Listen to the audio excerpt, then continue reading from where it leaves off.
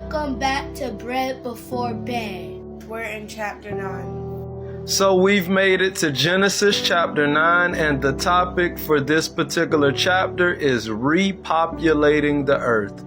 Verse 1 reads, "And God blessed Noah and his sons and said unto them, Be fruitful and multiply and replenish the earth." So who else in the Bible did God tell to be fruitful and multiply? Adam. Good job. It was Adam, and that's in Genesis chapter 1, and it starts at verse 27, and it says, "So God created man in his own image. In the image of God he created him, male and female, and God blessed them and said, Be fruitful and multiply and replenish the earth." So Noah is now getting the same command, because now Noah is the person that God is restarting creation with. Verse 2 reads, "And fear of you and the dread of you shall be upon every beast of the earth, and upon every fowl of the air, upon all that moveth upon the earth, and upon all fishes of the sea. Into your hand are they delivered." So why is God telling them that he is going to put the fear of man in all of the animals? Because he's recreating the world. So no, it's not because he's recreating the world. So when God first created the world, remember Adam named all the animals. So no animal had an evil intent. No animal would eat. The animals weren't eating each other, or they wouldn't have ate a person like you see animals today will attack people.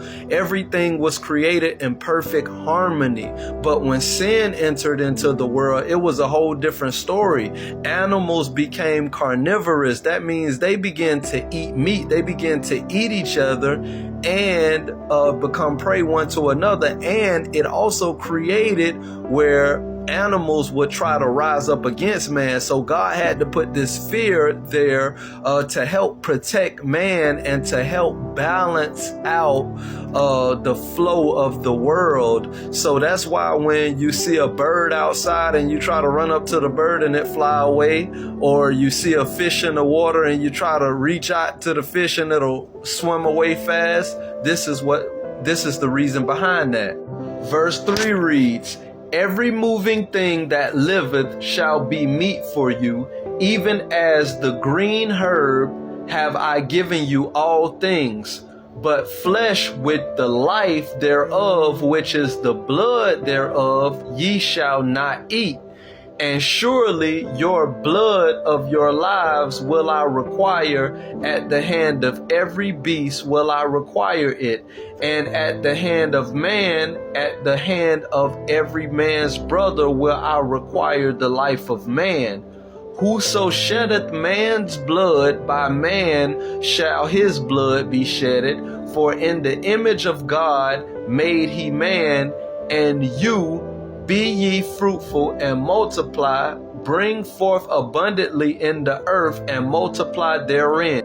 So in this particular portion, the first thing that we learned is man is no longer a vegetarian now. Before, man was only eating fruit and vegetables and the herbs of the earth. Now we see that man is given the opportunity to now eat meat. And this is simply because the climate change is going to be a lot harder. They will need more nutrition and protein and stuff like that with the different climate change.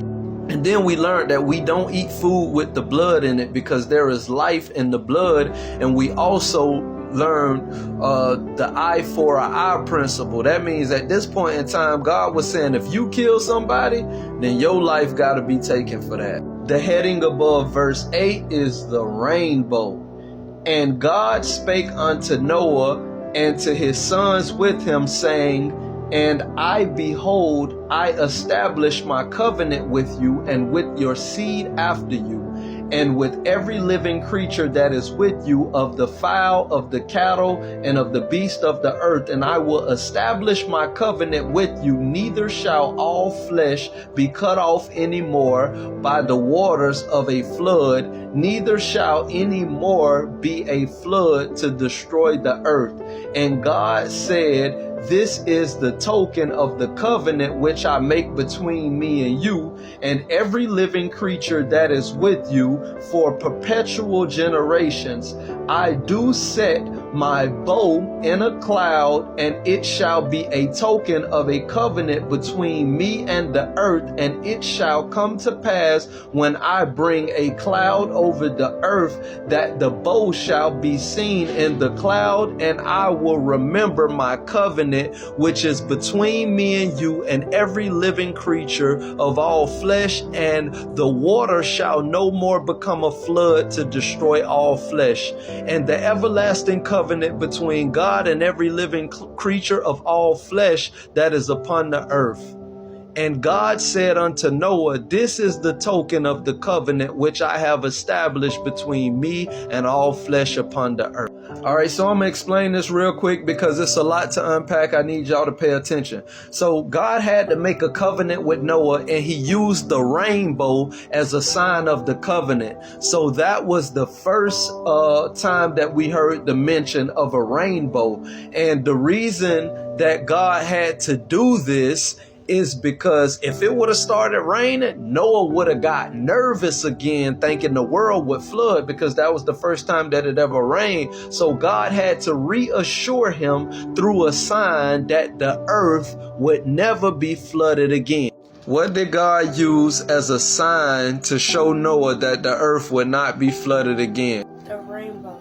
And this is a quick little fun fact. So a rainbow is like symbolic for a bow and arrow in the Bible, right? And when a warrior is coming back from battle, the bow is in the up position. And when the bow is in the up position, it's a sign of peace. So we'll learn that in future passages of the Bible. This section, starting at verse 18, is titled Noah's Descendants. And the sons of Noah that went forth from the ark were Shem and Ham and Japheth. And Ham is the father of Canaan.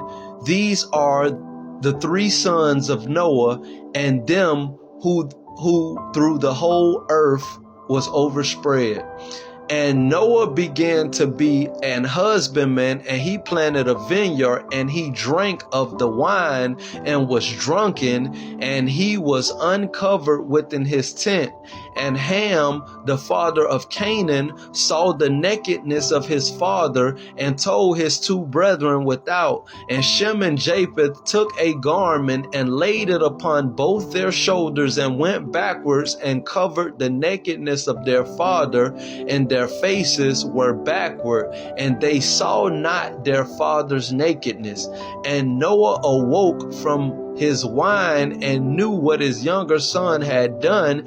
And he said, cursed be Canaan, a servant of servants shall he be unto his brethren. And he said, blessed be the Lord God of Shem, and Canaan shall be his servant. God shall enlarge Japheth, and he shall dwell in the tents of Shem, and Canaan shall be his servant. And Noah lived after the flood 350 years, and all the days of Noah were 950 years, and he died. Okay, so that was a lot as well. So I'm going to go ahead and unpack and break this down a little bit. So basically here we're learning that the whole earth was populated through three people, which were the three sons of Noah. So every people group in the world today are derived from these three people. Whether you're Chinese, black, white, whatever, Asian, Jamaican, whatever you are